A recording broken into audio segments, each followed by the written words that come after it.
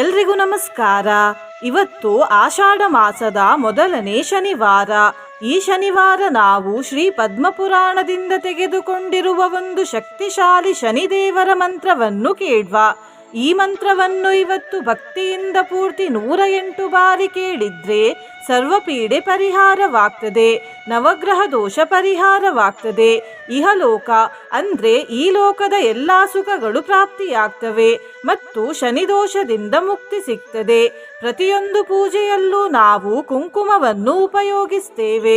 ಆದರೆ ಈಗೀಗ ಅಂಗಡಿಗಳಲ್ಲಿ ಸಿಗುವ ಕುಂಕುಮ ಕೆಮಿಕಲ್ ಇಂದ ಮಾಡಿರುವುದು. ಹಾಗಾಗಿ ಒರಿಜಿನಲ್ ಕುಂಕುಮವನ್ನು ಹೇಗೆ ಗುರುತು ಹಿಡಿಯುವುದು ಎಂದು ಈ ವಿಡಿಯೋದಲ್ಲಿ ನಾವು ತಿಳ್ಕೊಳ್ಳುವ. ಅಂಗಡಿಯಿಂದ ಕುಂಕುಮ ತೆಗೆದುಕೊಳ್ಳುವ ಮೊದಲು ಸ್ವಲ್ಪ ಕುಂಕುಮವನ್ನು ಬೆರಳಿನ ಮೇಲೆ ಹಾಕಿ ಬೆರಳುಗಳ ಮಧ್ಯೆ ಉಜ್ಜಿಕೊಳ್ಳಿ. ನಂತರ ಕುಂಕುಮವನ್ನು ಊದಿ. ಕುಂಕುಮ ಎಲ್ಲ ಹಾರಿ ಹೋದ ನಂತರ ಬೆರಳುಗಳಲ್ಲಿ ಅರಶಿನದ ಬಣ್ಣ ಇದ್ರೆ ಅದು ಒರಿಜಿನಲ್ ಕುಂಕುಮ ಎಂದು ಅರ್ಥ. ಯಾಕಂದ್ರೆ ಕುಂಕುಮವನ್ನು ತಯಾರಿಸುವಾಗ ಅರಶಿನವನ್ನು ಉಪಯೋಗಿಸಲಾಗುತ್ತದೆ. ಕೆಮಿಕಲ್ನಿಂದ ತಯಾರಿಸಿದ ಕುಂಕುಮ ಆರೋಗ್ಯ ಸಮಸ್ಯೆಯನ್ನು ಉಂಟು ಮಾಡ್ತದೆ. ಹಾಗಾಗಿ ಒರಿಜಿನಲ್ ಕುಂಕುಮವನ್ನೇ ಖರೀದಿಸಿ. ನಿನ್ನೆ ನಾನು ಕೇಳಿದ ಪ್ರಶ್ನೆ, ಶ್ರೀ ಪುರಿ ಜಗನ್ನಾಥ ದೇವಾಲಯದ ಗರ್ಭಗುಡಿಯಲ್ಲಿ ಎಷ್ಟು ದೇವರಿದ್ದಾರೆ ಎಂದು. ಈ ಪ್ರಶ್ನೆಗೆ ಸರಿಯುತ್ತರ C3. ಸರಿಯುತ್ತರ ಕೊಟ್ಟವರಲ್ಲಿ ಒಬ್ಬರ ಹೆಸರು ವಿನೋದ್ ಕುಮಾರ್ ಶೇಟ್. ವಿನೋದ್ ಕುಮಾರ್ ಶೇಟ್ ಅವರೇ ಭಕ್ತಿ ಮಾಡುವುದನ್ನು ಮುಂದುವರಿಸಿ ಅಂತ ಹೇಳ್ತಾ ಇವತ್ತಿನ ಪ್ರಶ್ನೆಯನ್ನು ನೋಡುವ. ಅರಶಿನ ಹಾಗೂ ಕುಂಕುಮವನ್ನು ಸೇರಿಸಿದರೆ ಯಾವ ಬಣ್ಣ ಬರುತ್ತದೆ? ಎ ನೀಲಿ, ಬಿ ಕಂದು, ಸಿ ಸಿಂಧೂರ, ಡಿ ಹಸಿರು. ಈ ಪ್ರಶ್ನೆಗೆ ಸರಿಯುತ್ತರ ಕೊಟ್ಟವರಲ್ಲಿ ಒಬ್ಬರ ಹೆಸರನ್ನು ನಾಳಿನ ವಿಡಿಯೋದಲ್ಲಿ ಹೇಳ್ತೇನೆ. ಬನ್ನಿ ಈಗ ಈ ಶಕ್ತಿಶಾಲಿ ಶ್ರೀ ಶನಿ ಕವಚ ಮಂತ್ರವನ್ನು 108 ಬಾರಿ ಭಕ್ತಿಯಿಂದ ಕೇಳುವ. ಅದಕ್ಕಿಂತ ಮುಂಚೆ ಓಂ ಶ್ರೀ ಶನೈಶ್ಚರಾಯ ನಮಃ ಎಂದು ಕಮೆಂಟ್ ಮಾಡಿ. ಚಾನಲಿಗೆ ಹೊಸಬ್ರಾಗಿದ್ರೆ ಚಾನಲ್ ಅನ್ನು ಸಬ್ಸ್ಕ್ರೈಬ್ ಮಾಡಿ. ಹತ್ರ ಇರುವ ಬೆಲ್ ಬಟನ್ ಪ್ರೆಸ್ ಮಾಡಿ. ಆಲ್ ಅನ್ನುವ ಆಪ್ಷನ್ ಅನ್ನು ಸಿಲೆಕ್ಟ್ ಮಾಡಿ. ಸರ್ವಪೀಡಾಹಾರಂ ನೃಣಾಂ ಧ್ಯಾಯೇತ್ ಗ್ರಹಗಣೋತ್ತಮಂ ಇಹಲೋಕೆ ಸುಖೀ ಭೂತ್ವಾ ಪಟೇನ್ ಮುಕ್ತೋ ಭವಿಷ್ಯತಿ. ಕೃಷ್ಣಾಂಬರಧರಂ ದೇವಂ ದ್ವಿಭುಜಂ ಗೃಧ್ರ ಸಂಸ್ಥಿತಂ. ಸರ್ವಪೀಡಾಹಾರಂ ನೃಣಾಂ ಧ್ಯಾಯೇತ್ ಗ್ರಹಗಣೋತ್ತಮಂ ಇಹಲೋಕೆ ಸುಖೀ ಭೂತ್ವಾ ಪಟೇನ್ ಮುಕ್ತೋ ಭವಿಷ್ಯತಿ. ಕೃಷ್ಣಾಂಬರಧರಂ ದೇವಂ ದ್ವಿಭುಜಂ ಗೃಧ್ರ ಸಂಸ್ಥಿತಂ. ಸರ್ವಪೀಡಾಹಾರಂ ನೃಣಾಂ ಧ್ಯಾಯೇತ್ ಗ್ರಹಗಣೋತ್ತಮಂ ಇಹಲೋಕೆ ಸುಖೀ ಭೂತ್ವಾ ಪಟೇನ್ ಮುಕ್ತೋ ಭವಿಷ್ಯತಿ. ಕೃಷ್ಣಾಂಬರಧರಂ ದೇವಂ ದ್ವಿಭುಜಂ ಗೃಧ್ರ ಸಂಸ್ಥಿತಂ. ಸರ್ವಪೀಡಾಹಾರಂ ನೃಣಾಂ ಧ್ಯಾಯೇತ್ ಗ್ರಹಗಣೋತ್ತಮಂ ಇಹಲೋಕೆ ಸುಖೀ ಭೂತ್ವಾ ಪಟೇನ್ ಮುಕ್ತೋ ಭವಿಷ್ಯತಿ. ಕೃಷ್ಣಾಂಬರಧರಂ ದೇವಂ ದ್ವಿಭುಜಂ ಗೃಧ್ರ ಸಂಸ್ಥಿತಂ. ಸರ್ವಪೀಡಾಹಾರಂ ನೃಣಾಂ ಧ್ಯಾಯೇತ್ ಗ್ರಹಗಣೋತ್ತಮಂ ಇಹಲೋಕೆ ಸುಖೀ ಭೂತ್ವಾ ಪಟೇನ್ ಮುಕ್ತೋ ಭವಿಷ್ಯತಿ. ಕೃಷ್ಣಾಂಬರಧರಂ ದೇವಂ ದ್ವಿಭುಜಂ ಗೃಧ್ರ ಸಂಸ್ಥಿತಂ. ಸರ್ವಪೀಡಾಹಾರಂ ನೃಣಾಂ ಧ್ಯಾಯೇತ್ ಗ್ರಹಗಣೋತ್ತಮಂ ಇಹಲೋಕೆ ಸುಖೀ ಭೂತ್ವಾ ಪಟೇನ್ ಮುಕ್ತೋ ಭವಿಷ್ಯತಿ. ಕೃಷ್ಣಾಂಬರಧರಂ ದೇವಂ ದ್ವಿಭುಜಂ ಗೃಧ್ರ ಸಂಸ್ಥಿತಂ. ಸರ್ವಪೀಡಾಹಾರಂ ನೃಣಾಂ ಧ್ಯಾಯೇತ್ ಗ್ರಹಗಣೋತ್ತಮಂ ಇಹಲೋಕೆ ಸುಖೀ ಭೂತ್ವಾ ಪಟೇನ್ ಮುಕ್ತೋ ಭವಿಷ್ಯತಿ. ಕೃಷ್ಣಾಂಬರಧರಂ ದೇವಂ ದ್ವಿಭುಜಂ ಗೃಧ್ರ ಸಂಸ್ಥಿತಂ. ಸರ್ವಪೀಡಾಹಾರಂ ನೃಣಾಂ ಧ್ಯಾಯೇತ್ ಗ್ರಹಗಣೋತ್ತಮಂ ಇಹಲೋಕೆ ಸುಖೀ ಭೂತ್ವಾ ಪಟೇನ್ ಮುಕ್ತೋ ಭವಿಷ್ಯತಿ. ಕೃಷ್ಣಾಂಬರಧರಂ ದೇವಂ ದ್ವಿಭುಜಂ ಗೃಧ್ರ ಸಂಸ್ಥಿತಂ. ಸರ್ವಪೀಡಾಹಾರಂ ನೃಣಾಂ ಧ್ಯಾಯೇತ್ ಗ್ರಹಗಣೋತ್ತಮಂ ಇಹಲೋಕೆ ಸುಖೀ ಭೂತ್ವಾ ಪಟೇನ್ ಮುಕ್ತೋ ಭವಿಷ್ಯತಿ. ಕೃಷ್ಣಾಂಬರಧರಂ ದೇವಂ ದ್ವಿಭುಜಂ ಗೃಧ್ರ ಸಂಸ್ಥಿತಂ. ಸರ್ವಪೀಡಾಹಾರಂ ನೃಣಾಂ ಧ್ಯಾಯೇತ್ ಗ್ರಹಗಣೋತ್ತಮಂ इहलोके सुखी भूत्वा पठेन्मुक्तो भविष्यति। कृष्णाम्बरधरं देवं द्विभुजं गृध्रसंस्थितम् सर्वपीडाहारं नृणां ध्यायेत् ग्रहगणोत्तमम्। इहलोके सुखी भूत्वा पठेन्मुक्तो भविष्यति। कृष्णाम्बरधरं देवं द्विभुजं गृध्रसंस्थितम् सर्वपीडाहारं नृणां ध्यायेत् ग्रहगणोत्तमम्। इहलोके सुखी भूत्वा पठेन्मुक्तो भविष्यति।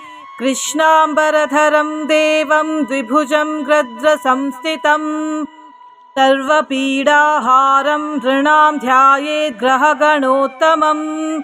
इहलोके सुखी भूत्वा पठेन्मुक्तो भविष्यति।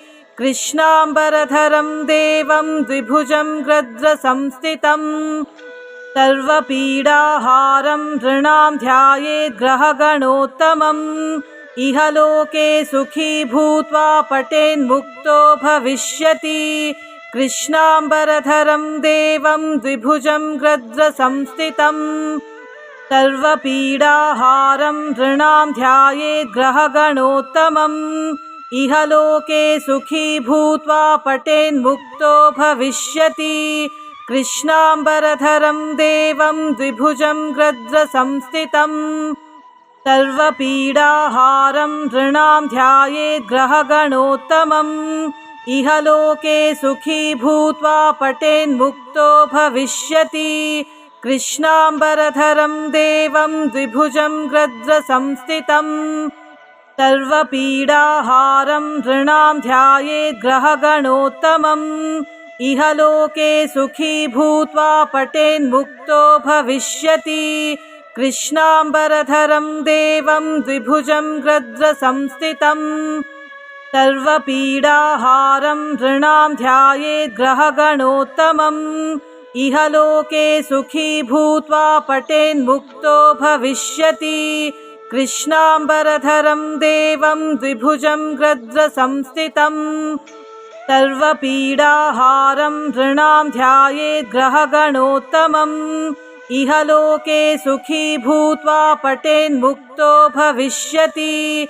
कृष्णाम्बरधरं देवं द्विभुजं गृध्रसंस्थितम् सर्वपीडाहारं नृणां ध्यायेत् ग्रहगणोत्तमम्। इहलोके सुखी भूत्वा पठेन्मुक्तो भविष्यति। कृष्णाम्बरधरं देवं द्विभुजं गृध्रसंस्थितम् सर्वपीडाहारं नृणां ध्यायेत् ग्रहगणोत्तमम्। इहलोके सुखी भूत्वा पठेन्मुक्तो भविष्यति। कृष्णाम्बरधरं देवं द्विभुजं गृध्रसंस्थितम् सर्वपीडाहारं नृणां ध्यायेत् ग्रहगणोत्तमम्। इहलोके सुखी भूत्वा पठेन्मुक्तो भविष्यति। कृष्णाम्बरधरं देवं द्विभुजं गृध्रसंस्थितम् सर्वपीडाहारं नृणां ध्यायेत् ग्रहगणोत्तमम्। इहलोके सुखी भूत्वा पठेन्मुक्तो भविष्यति। कृष्णाम्बरधरं देवं द्विभुजं गृध्रसंस्थितम् सर्वपीडाहारं नृणां ध्यायेत् ग्रहगणोत्तमम्। इहलोके सुखी भूत्वा पठेन्मुक्तो भविष्यति। कृष्णाम्बरधरं देवं द्विभुजं गृध्रसंस्थितम् सर्वपीडाहारं नृणां ध्यायेत् ग्रहगणोत्तमम्। इहलोके सुखी भूत्वा पठेन्मुक्तो भविष्यति। कृष्णाम्बरधरं देवं द्विभुजं गृध्रसंस्थितम् सर्वपीडाहारं नृणां ध्यायेत् ग्रहगणोत्तमम्। इहलोके सुखी भूत्वा पठेन्मुक्तो भविष्यति। कृष्णाम्बरधरं देवं द्विभुजं गृध्रसंस्थितम् सर्वपीडाहारं नृणां ध्यायेत् ग्रहगणोत्तमम्। इहलोके सुखी भूत्वा पठेन्मुक्तो भविष्यति। कृष्णाम्बरधरं देवं द्विभुजं गृध्रसंस्थितम् सर्वपीडाहारं नृणां ध्यायेत् ग्रहगणोत्तमम् इह लोके सुखी भूत्वा पठेन्मुक्तो भविष्यति कृष्णाम्बरधरं देवं द्विभुजं गृध्रसंस्थितम् सर्वपीडाहारं नृणां ध्यायेत् ग्रहगणोत्तमम् इह लोके सुखी भूत्वा पठेन्मुक्तो भविष्यति कृष्णाम्बरधरं देवं द्विभुजं गृध्रसंस्थितम् सर्वपीडाहारं नृणां ध्यायेत् ग्रहगणोत्तमम् इह लोके सुखी भूत्वा पठेन्मुक्तो भविष्यति कृष्णाम्बरधरं देवं द्विभुजं गृध्रसंस्थितम् सर्वपीडाहारं नृणां ध्यायेत् ग्रहगणोत्तमम् इह लोके सुखी भूत्वा पठेन्मुक्तो भविष्यति कृष्णाम्बरधरं देवं द्विभुजं गृध्रसंस्थितम् सर्वपीडाहारं नृणां ध्यायेत् ग्रहगणोत्तमम् इह लोके सुखी भूत्वा पठेन्मुक्तो भविष्यति कृष्णाम्बरधरं देवं द्विभुजं गृध्रसंस्थितम् सर्वपीडाहारं नृणां ध्यायेत् ग्रहगणोत्तमम् इह लोके सुखी भूत्वा पठेन्मुक्तो भविष्यति कृष्णाम्बरधरं देवं द्विभुजं गृध्रसंस्थितम् सर्वपीडाहारं नृणां ध्यायेत् ग्रहगणोत्तमम् इह लोके सुखी भूत्वा पठेन्मुक्तो भविष्यति कृष्णाम्बरधरं देवं द्विभुजं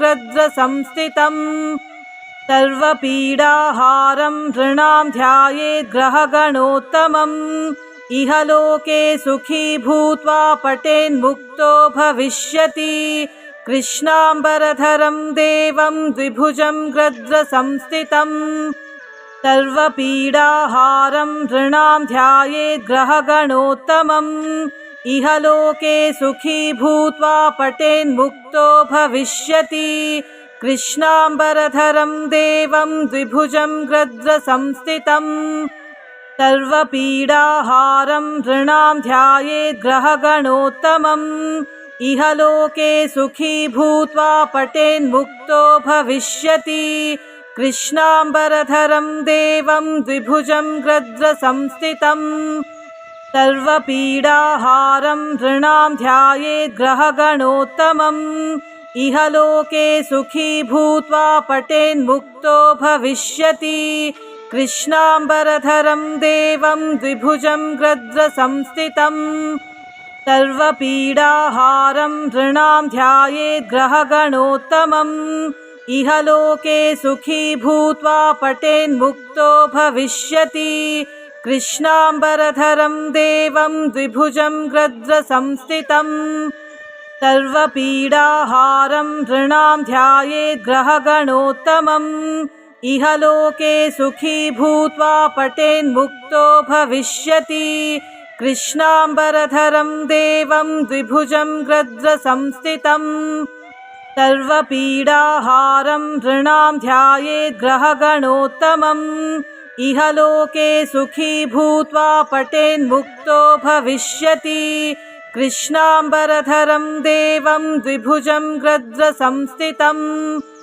सर्वपीडाहारं नृणां ध्यायेत् ग्रहगणोत्तमम् इह लोके सुखी भूत्वा पठेन्मुक्तो भविष्यति कृष्णाम्बरधरं देवं द्विभुजं गृध्रसंस्थितम् सर्वपीडाहारं नृणां ध्यायेत् ग्रहगणोत्तमम् इह लोके सुखी भूत्वा पठेन्मुक्तो भविष्यति कृष्णाम्बरधरं देवं द्विभुजं गृध्रसंस्थितम् सर्वपीडाहारं नृणां ध्यायेत् ग्रहगणोत्तमम् इह लोके सुखी भूत्वा पठेन्मुक्तो भविष्यति कृष्णाम्बरधरं देवं द्विभुजं गृध्रसंस्थितम् सर्वपीडाहारं नृणां ध्यायेत् ग्रहगणोत्तमम् इह लोके सुखी भूत्वा पठेन्मुक्तो भविष्यति कृष्णाम्बरधरं देवं द्विभुजं गृध्रसंस्थितं सर्वपीडाहारं नृणां ध्यायेत् ग्रहगणोत्तमम् इह लोके सुखी भूत्वा पठेन्मुक्तो भविष्यति कृष्णाम्बरधरं देवं द्विभुजं गृध्रसंस्थितं सर्वपीडाहारं नृणां ध्यायेत् ग्रहगणोत्तमम् इह लोके सुखी भूत्वा पठेन्मुक्तो भविष्यति कृष्णाम्बरधरं देवं द्विभुजं गृध्रसंस्थितं सर्वपीडाहारं नृणां ध्यायेत् ग्रहगणोत्तमम् इह लोके सुखी भूत्वा पठेन्मुक्तो भविष्यति कृष्णाम्बरधरं देवं द्विभुजं गृध्रसंस्थितं सर्वपीडाहारं नृणां ध्यायेत् ग्रहगणोत्तमम् इह लोके सुखी भूत्वा पठेन्मुक्तो भविष्यति कृष्णाम्बरधरं देवं द्विभुजं गृध्रसंस्थितं सर्वपीडाहारं नृणां ध्यायेत् ग्रहगणोत्तमम् इह लोके सुखी भूत्वा पठेन्मुक्तो भविष्यति कृष्णाम्बरधरं देवं द्विभुजं गृध्रसंस्थितं सर्वपीडाहारं नृणां ध्यायेत् ग्रहगणोत्तमम् इह लोके सुखी भूत्वा पठेन्मुक्तो भविष्यति कृष्णाम्बरधरं देवं द्विभुजं गृध्रसंस्थितं सर्वपीडाहारं नृणां ध्यायेत् ग्रहगणोत्तमम् इह लोके सुखी भूत्वा पठेन्मुक्तो भविष्यति कृष्णाम्बरधरं देवं द्विभुजं गृध्रसंस्थितं सर्वपीडाहारं नृणां ध्यायेत् ग्रहगणोत्तमम् इह लोके सुखी भूत्वा पठेन्मुक्तो भविष्यति कृष्णाम्बरधरं देवं द्विभुजं गृध्रसंस्थितं सर्वपीडाहारं नृणां ध्यायेत् ग्रहगणोत्तमम् इह लोके सुखी भूत्वा पठेन्मुक्तो भविष्यति कृष्णाम्बरधरं देवं द्विभुजं गृध्रसंस्थितं सर्वपीडाहारं नृणां ध्यायेत् ग्रहगणोत्तमम् इह लोके सुखी भूत्वा पठेन्मुक्तो भविष्यति कृष्णाम्बरधरं देवं द्विभुजं गृध्रसंस्थितं सर्वपीडाहारं नृणां ध्यायेत् ग्रहगणोत्तमम् इह लोके सुखी भूत्वा पठेन्मुक्तो भविष्यति कृष्णाम्बरधरं देवं द्विभुजं गृध्रसंस्थितं सर्वपीडाहारं नृणां ध्यायेत् ग्रहगणोत्तमम् इह लोके सुखी भूत्वा पठेन्मुक्तो भविष्यति कृष्णाम्बरधरं देवं द्विभुजं गृध्रसंस्थितं सर्वपीडाहारं नृणां ध्यायेत् ग्रहगणोत्तमम् इह लोके सुखी भूत्वा पठेन्मुक्तो भविष्यति कृष्णाम्बरधरं देवं द्विभुजं गृध्रसंस्थितं सर्वपीडाहारं नृणां ध्यायेत् ग्रहगणोत्तमम् इह लोके सुखी भूत्वा पठेन्मुक्तो भविष्यति कृष्णाम्बरधरं देवं द्विभुजं गृध्रसंस्थितं सर्वपीडाहारं नृणां ध्यायेत् ग्रहगणोत्तमम् इह लोके सुखी भूत्वा पठेन्मुक्तो भविष्यति कृष्णाम्बरधरं देवं द्विभुजं गृध्रसंस्थितं सर्वपीडाहारं नृणां ध्यायेत् ग्रहगणोत्तमम् इह लोके सुखी भूत्वा पठेन्मुक्तो भविष्यति कृष्णाम्बरधरं देवं द्विभुजं गृध्रसंस्थितं सर्वपीडाहारं नृणां ध्यायेत् ग्रहगणोत्तमम् इह लोके सुखी भूत्वा पठेन्मुक्तो भविष्यति कृष्णाम्बरधरं देवं द्विभुजं गृध्रसंस्थितं सर्वपीडाहारं नृणां ध्यायेत् ग्रहगणोत्तमम् इहलोके सुखी भूत्वा पठेन्मुक्तो भविष्यति। कृष्णाम्बरधरं देवं द्विभुजं गृध्रसंस्थितम् सर्वपीडाहारं नृणां ध्यायेत् ग्रहगणोत्तमम्। इहलोके सुखी भूत्वा पठेन्मुक्तो भविष्यति। कृष्णाम्बरधरं देवं द्विभुजं गृध्रसंस्थितम् सर्वपीडाहारं नृणां ध्यायेत् ग्रहगणोत्तमम्। इहलोके सुखी भूत्वा पठेन्मुक्तो भविष्यति। कृष्णाम्बरधरं देवं द्विभुजं गृध्रसंस्थितम् सर्वपीडाहारं नृणां ध्यायेत् ग्रहगणोत्तमम्। इहलोके सुखी भूत्वा पठेन्मुक्तो भविष्यति।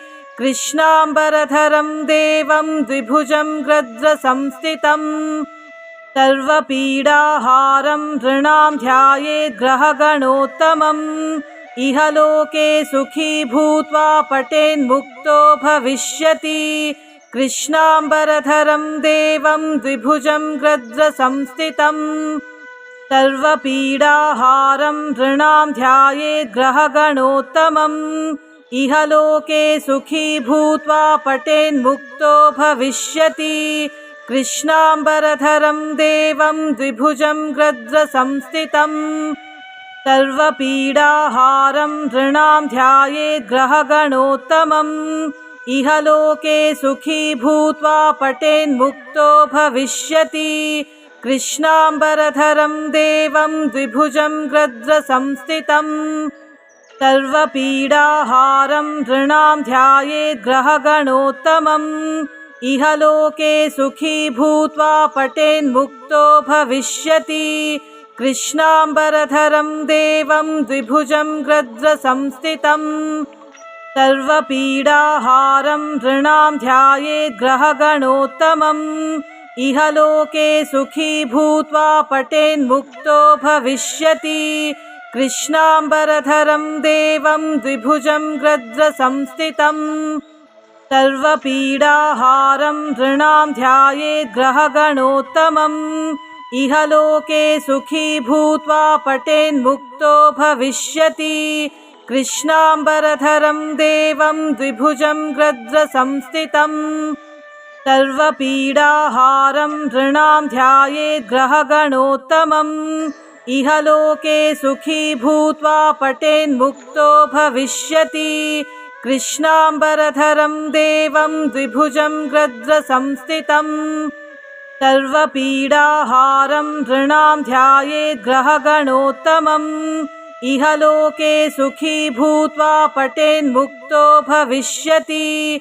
कृष्णाम्बरधरं देवं द्विभुजं गृध्रसंस्थितम् सर्वपीडाहारं नृणां ध्यायेत् ग्रहगणोत्तमम्। इहलोके सुखी भूत्वा पठेन्मुक्तो भविष्यति। कृष्णाम्बरधरं देवं द्विभुजं गृध्रसंस्थितम् सर्वपीडाहारं नृणां ध्यायेत् ग्रहगणोत्तमम्। इहलोके सुखी भूत्वा पठेन्मुक्तो भविष्यति। कृष्णाम्बरधरं देवं द्विभुजं गृध्रसंस्थितम् सर्वपीडाहारं नृणां ध्यायेत् ग्रहगणोत्तमम्। इहलोके सुखी भूत्वा पठेन्मुक्तो भविष्यति। कृष्णाम्बरधरं देवं द्विभुजं गृध्रसंस्थितम् सर्वपीडाहारं नृणां ध्यायेत् ग्रहगणोत्तमम्। इहलोके सुखी भूत्वा पठेन्मुक्तो भविष्यति। कृष्णाम्बरधरं देवं द्विभुजं गृध्रसंस्थितम् सर्वपीडाहारं नृणां ध्यायेत् ग्रहगणोत्तमम्। इहलोके सुखी भूत्वा पठेन्मुक्तो भविष्यति। कृष्णाम्बरधरं देवं द्विभुजं गृध्रसंस्थितम् सर्वपीडाहारं नृणां ध्यायेत् ग्रहगणोत्तमम्। इहलोके सुखी भूत्वा पठेन्मुक्तो भविष्यति।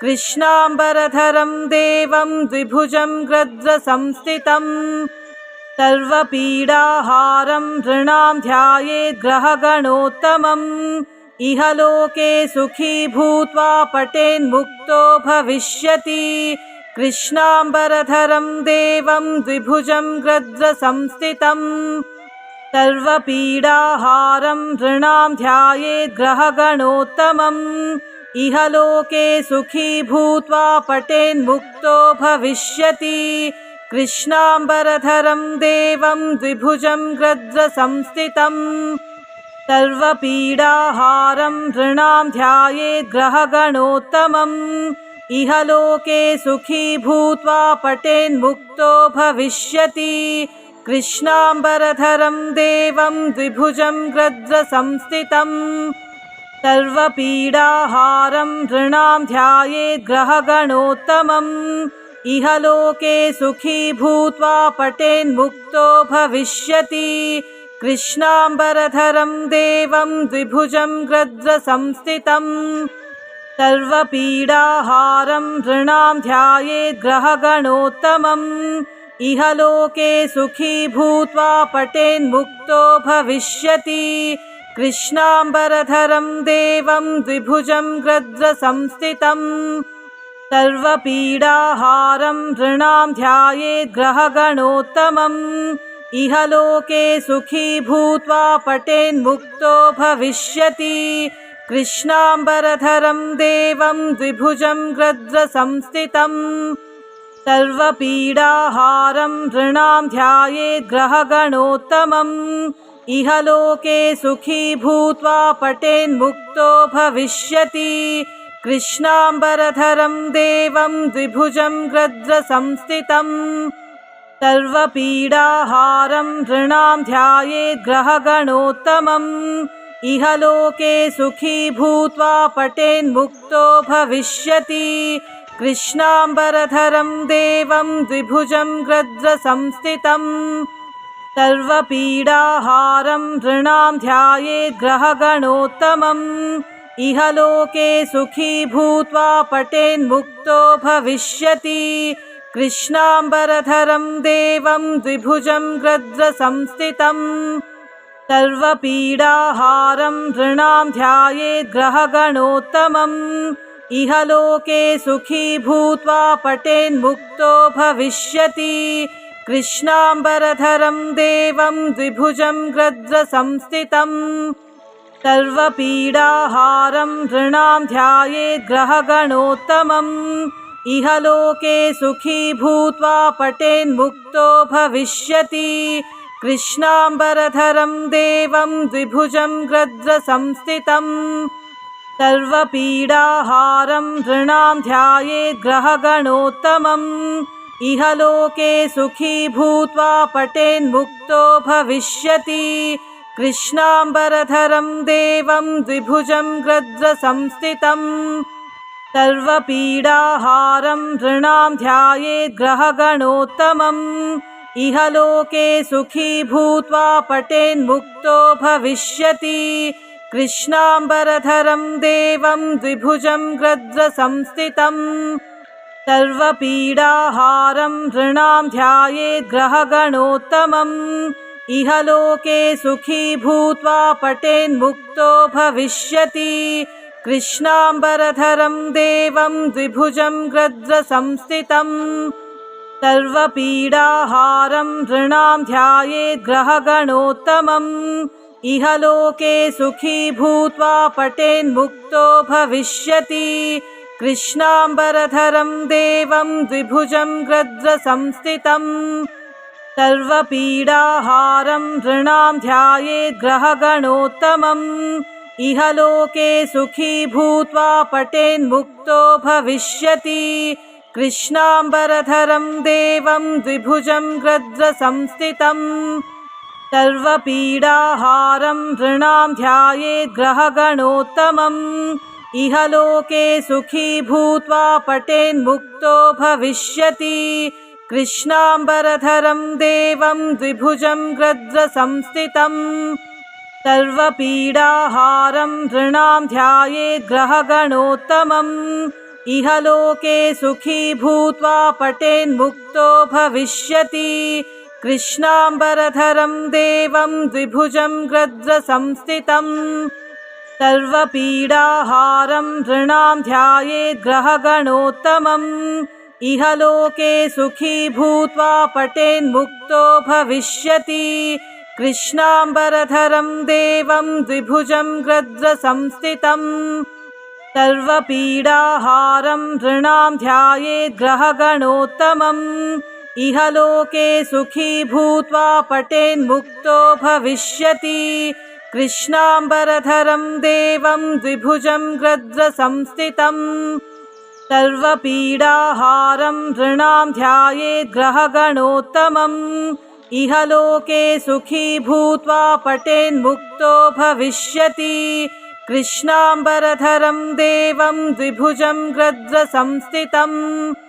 सर्वपीडाहारं नृणां ध्यायेत् ग्रहगणोत्तमम् इह लोके सुखी भूत्वा पठेन्मुक्तो भविष्यति कृष्णाम्बरधरं देवं द्विभुजं गृध्रसंस्थितं सर्वपीडाहारं नृणां ध्यायेत् ग्रहगणोत्तमम् इह लोके सुखी भूत्वा पठेन्मुक्तो भविष्यति कृष्णाम्बरधरं देवं द्विभुजं गृध्रसंस्थितं सर्वपीडाहारं नृणां ध्यायेत् ग्रहगणोत्तमम् इह लोके सुखी भूत्वा पठेन्मुक्तो भविष्यति कृष्णाम्बरधरं देवं द्विभुजं गृध्रसंस्थितं सर्वपीडाहारं नृणां ध्यायेत् ग्रहगणोत्तमम् इह लोके सुखी भूत्वा